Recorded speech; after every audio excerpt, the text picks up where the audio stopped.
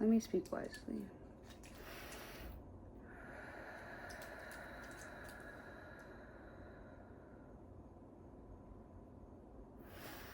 Calling upon our ancestors and guides of the Most High to grant us grace, clarity, and protection within this space of wisdom and trust. Breaking down the programming of lust, breaking down the shame regarding sensuality. And that is what this video is about to be.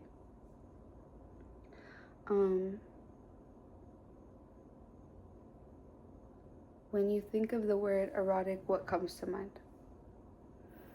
Just close your eyes and kind of feel into that word and what comes up for you. A lot of people tie conditioning and programming around the word erotic or sensuality or sexuality around pornography because of conditioning. A lot of us know this. But when we talk about erotic intelligence, it's learning how to navigate the sacred life force within you, because all sensuality is basically the energy of water. And it's moving in its creation, it's life force energy. It's like the breath. Just take a deep breath and feel into all the sensations. Honoring your autonomy, what we feel somatically. And the word Soma is in regards to the moon and how we feel in our emotions. There's such thing as somatic empathy, and that's like a big lesson that I've learned this year, is around somatic empathy. You can feel, sometimes people can feel how other people are feeling, or feel what the earth is going through, or feel empathy for animals or people or things, situations in their body. And that can be really dangerous, because if you don't have boundaries, if you don't have energetic shields and boundaries for protection, you will be taken over by other people's problems, other trauma. So I wanted to go a little bit deeper into the Vedic terminology of Soma and erotic intelligence and moon energy. So the planet, I made this chart. I hope you look at it and it helps you reach a more whole sense of self, a more higher sense of consciousness that is in alignment to heal whatever trauma that you're experiencing. But the planet is the moon. It's Chandra. It's cyclical. It's intuitive desire. Its essence is nectar, and it's pleasure that nourishes, not depleting. It doesn't deplete you. Its element is water. Its sensuality through feeling and flow. Its polarity is receptive. It's yin energy, the opposite of yang. Its magnetism through softness. Its subtle energy, it's ojas, it's soma. It's refined sexual vitality. Its state is ecstasy and devotion. Its eroticism, altered consciousness. And its healed expression is radiance and calm. Its restorative erotic presence. Its shadow is depletion and numbness. It's trauma-driven sexuality. So we're replacing the shadow with trauma-informed healing, somatic healing, and yeah.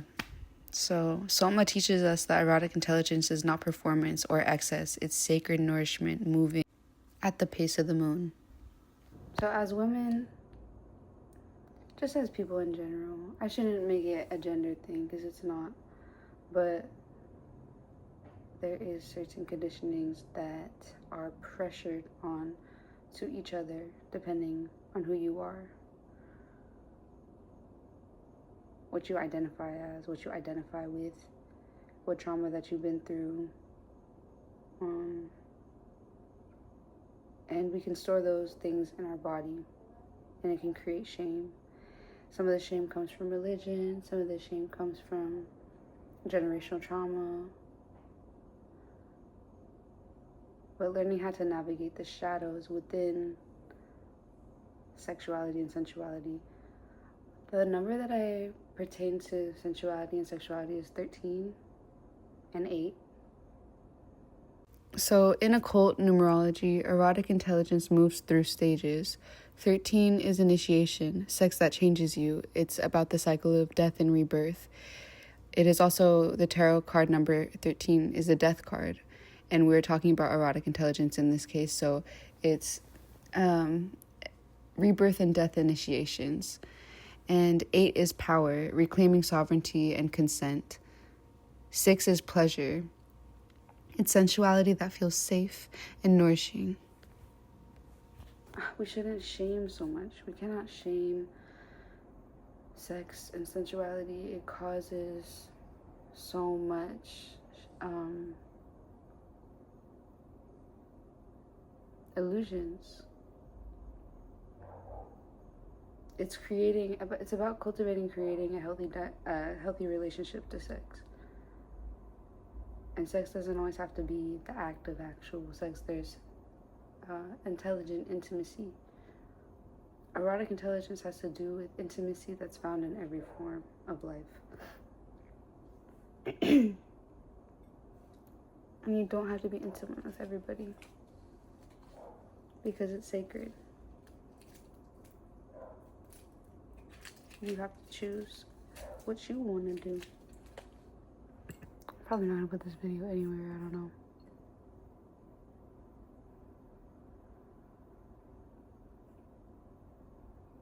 But Eros has to always, okay, so when you think of like erotic, I also think of like sensuality being a part of longing.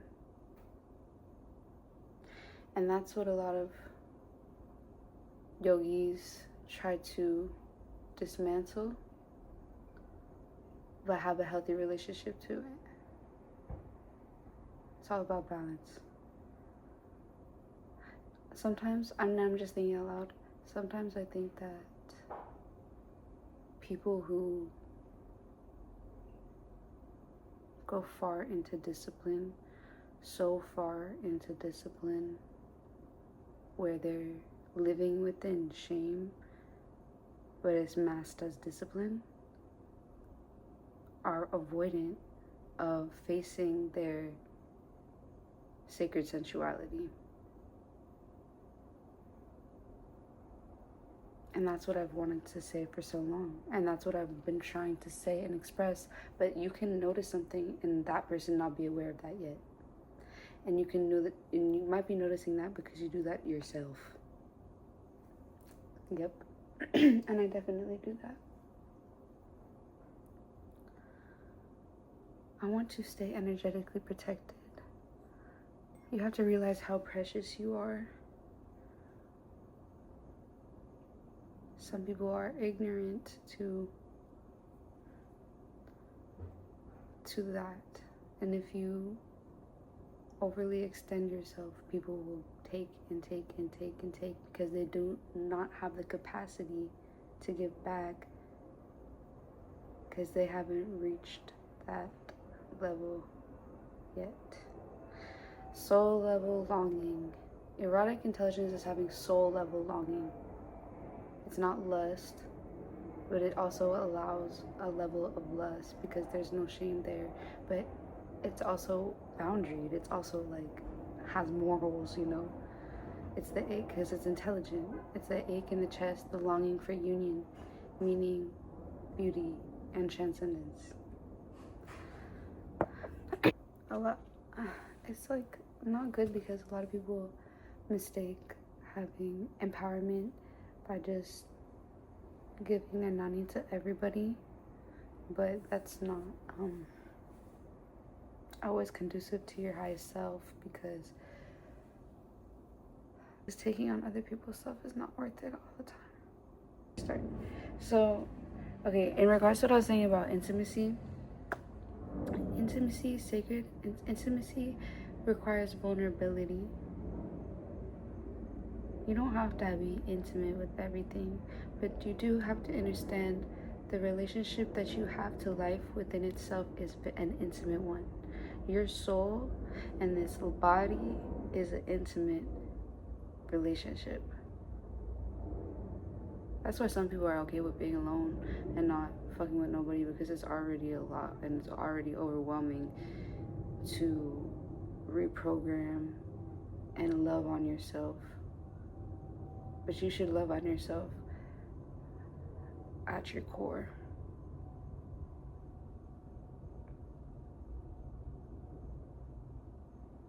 And why is that at your core? I feel it's important to say you should love on yourself at your core, because it will deteriorate,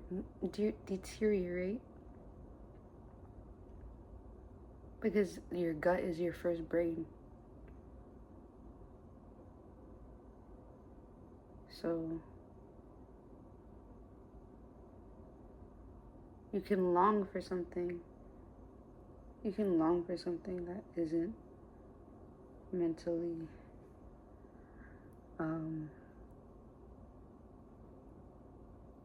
aligned with your heart and your gut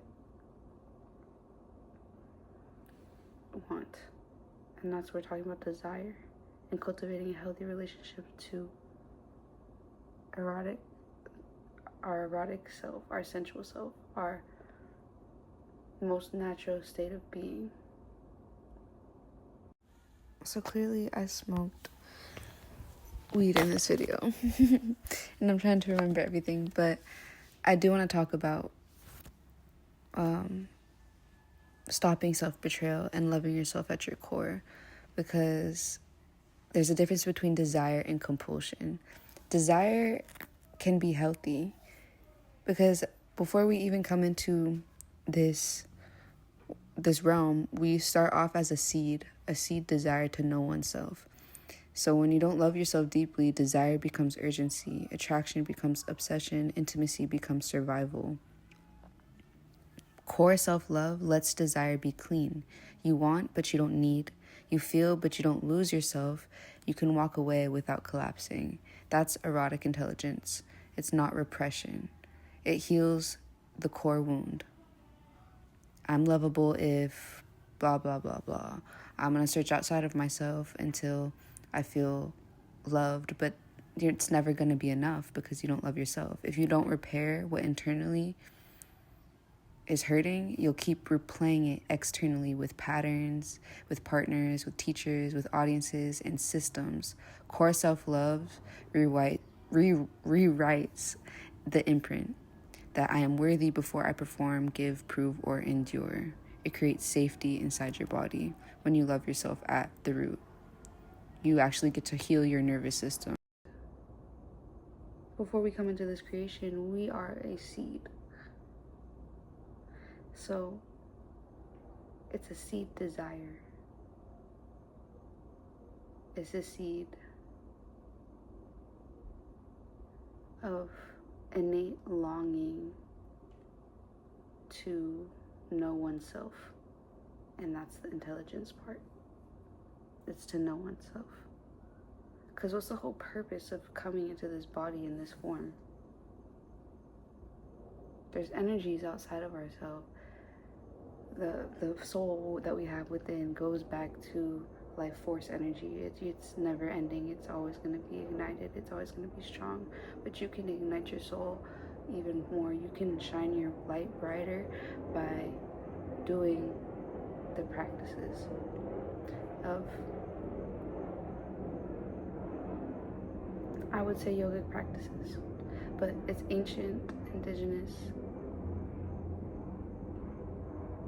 spiritual practices, various kinds, depending on what you're aligned to. But once we heal the root, we can heal the sacral, the Svadhisthana chakra, The root is the earth, so it's all about to do with survival. The sacral is about creativity, desire, sex, lust, emotions. And then we go up to the solar plexus, the Manipura chakra. The Manipura chakra. And this one has been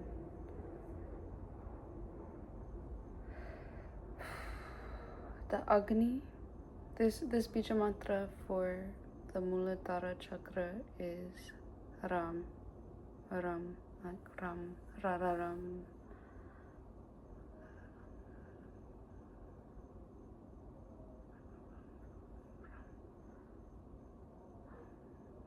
This is Yum. Okay. This is Yum. The heart is Yum. Yum. But this is the Ram. This is all about authenticity, about making yourself confident and known and bold, and having a strong relationship to your ancestors and to your family, your identity. It's having a strong sense of self-worth, confidence, love. The heart is also about that too. Well, each and everything is about love, but the heart is green. This is the Anahata chakra. The element is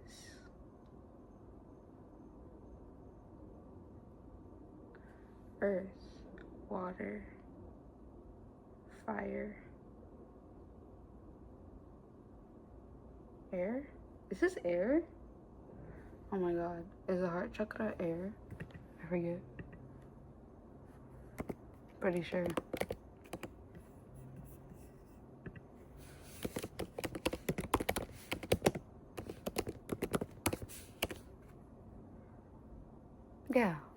Yeah, okay. Yeah, duh.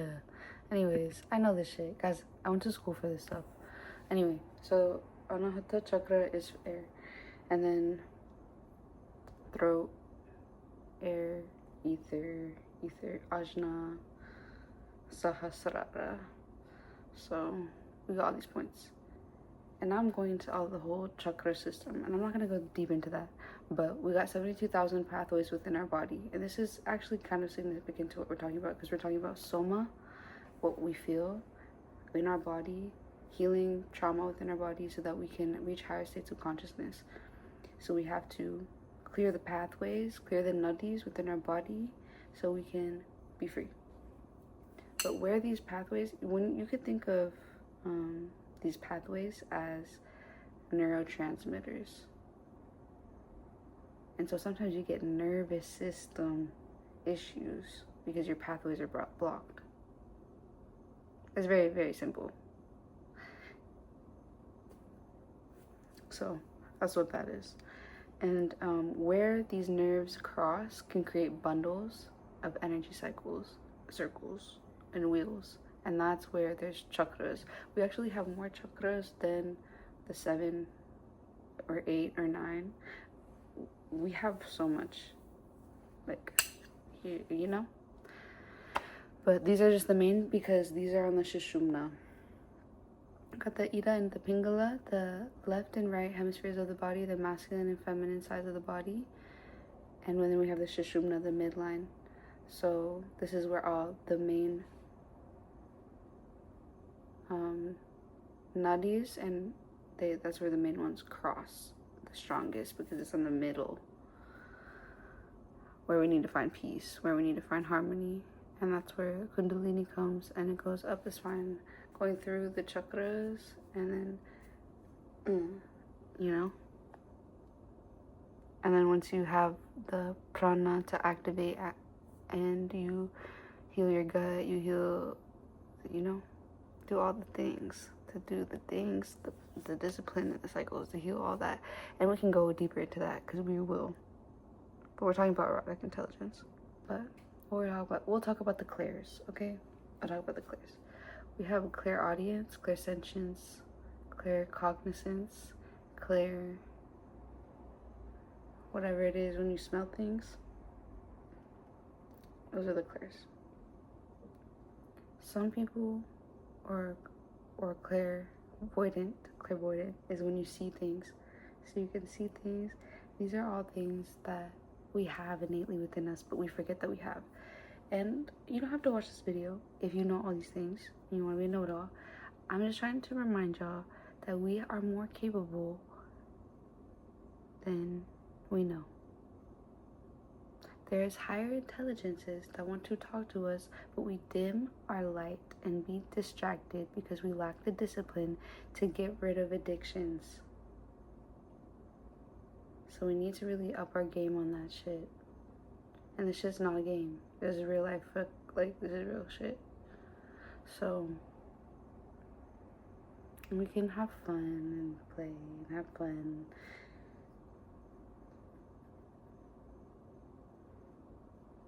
I'm just trying to remind you what the root focus should be on. Having an intimate relationship to the earth and the land. Having an intimate relationship to our body, because this is also part of the land. It is also part of this life cycle, this dimension. And what a gift it is to be able to know oneself in this manner. Because you'll be off somewhere in the multiverse, again, doing whatevers. But here we are now, in this one. So it's about finding the positivity within everything and finding stillness